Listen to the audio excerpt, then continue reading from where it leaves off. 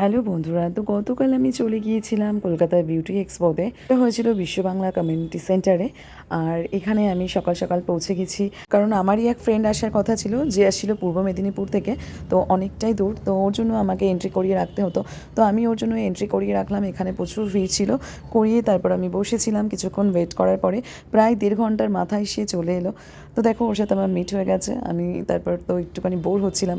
তারপর এসে আমার রাগ ভাঙানোর জন্য কিছু ফটো ভিডিও আমার সুন্দর করে তুলে দিল, আর ওরও কিছু ফটো ভিডিও আমি করে দিলাম। দেওয়ার পরে এবার আমরা এন্ট্রি করে নিচ্ছি। এন্ট্রির সময় দেখো কত লাইন পড়েছে। সবার কাছে এই এক্সপোটা কেমন জানি না, বাট আমার কাছে কিছু জিনিস শপিং করার জন্য দারুণ একটা প্ল্যাটফর্ম, যেখানে আমরা অনেক কিছু পেয়ে যায়, যেটা কলকাতায় পাওয়া যায় না।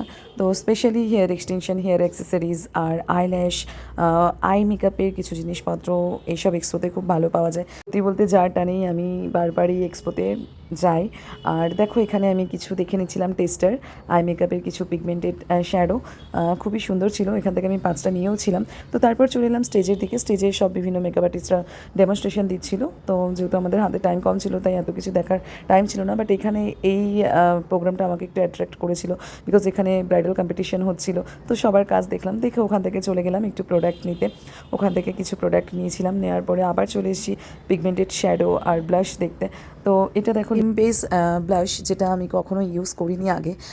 তো আমার মনে হলো যে একটু দেখা যাক কেমন টেস্টারটা, কারণ আমি কোনো কিছু নিজে আগে ইউজ না করে কিনি না, আর নিজে ইউজ না করে আমার ব্রাইডদেরও ইউজ করি না।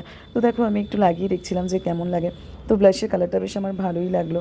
তো তারপর আমি এখান থেকে কিছু জিনিস নিলাম, নিয়ে এবার এই স্টল থেকে এবার আমরা চলে গেছিলাম খেতে, কারণ প্রচুর খিদে পেয়ে গেছিলো।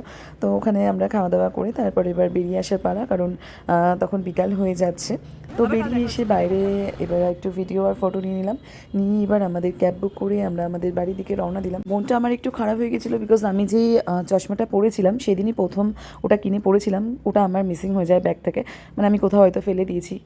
তো ওই জন্য একটু মনটা খারাপ ছিল, বাট আনন্দ লাগছিলো পরের দিন আমরা আবার যাব। তো পরের দিন সকাল সকাল রেডি হয়ে দেখো আমি আবার চলে গেছি। আর ফার্স্টে গিয়ে দেখলাম একটা ম্যামের ডেমনস্ট্রেশন দিচ্ছিলো, বেশ ভালো লাগছিলো। এরপর যাকে দেখাবো, ও মাই গড, আমিও তো সামনে থেকে দেখে আমার ভীষণ ভালো লাগছিলো।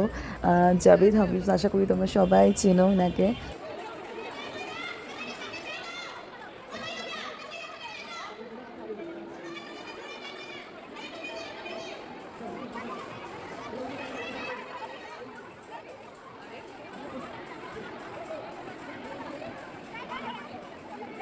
ওনাকে দেখার পরে আমরা চলে গেছিলাম মেন স্টেজে। মেন স্টেজে দেখো, এখানেও একটা কম্পিটিশন হচ্ছিল মেকআপের, ক্রিয়েটিভ মেকআপের ওপরে। এখানে কিছু কিছু থিম আমার খুব ভালো লেগেছে।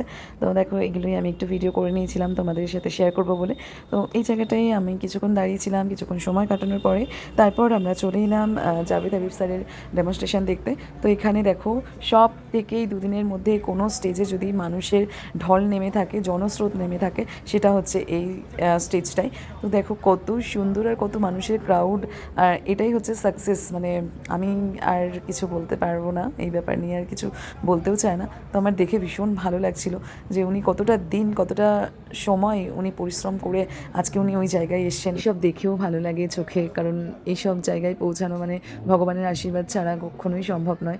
তো ভালো লাগছিল। তারপর এগুলো দেখতে দেখতে আমরা একটু চলে আসলাম খেতে। খাওয়া দাওয়া কমপ্লিট করে এবার আমাদের বেরিয়ে যাওয়ার পালা, বাড়ি ফিরতে হবে, অনেকটাই ডিস্টেন্স। তো বাড়ি এসে আমি দেখিয়ে দিচ্ছি, দেখো আমি কী কী কিনলাম, চলো দেখে নিই। তো আমি নিয়ে নিয়েছিলাম বান, আর কিছু ব্লেন্ডার, কিছু আই মেকআপের জিনিসপত্র, কিছু হেয়ার অ্যাক্সেসরিজ, কিছু ব্রাশ। আর এইটা কিনেছিলাম সব শেষে, দেখো একটা মেশিন, যেটা ঘাড়, শোল্ডার, হাত পা মাসাজ করার জন্য। আমার মাসেলস পেইন হয় প্রচুর, তো তার জন্য। তো এই ছিল আমার এইবারের এক্সপো শপিং। তো তোমরাও জানিও তোমরা কী কী শপিং করলে এখনের জন্য। টাটা, দেখা হচ্ছে পরের ব্লগে।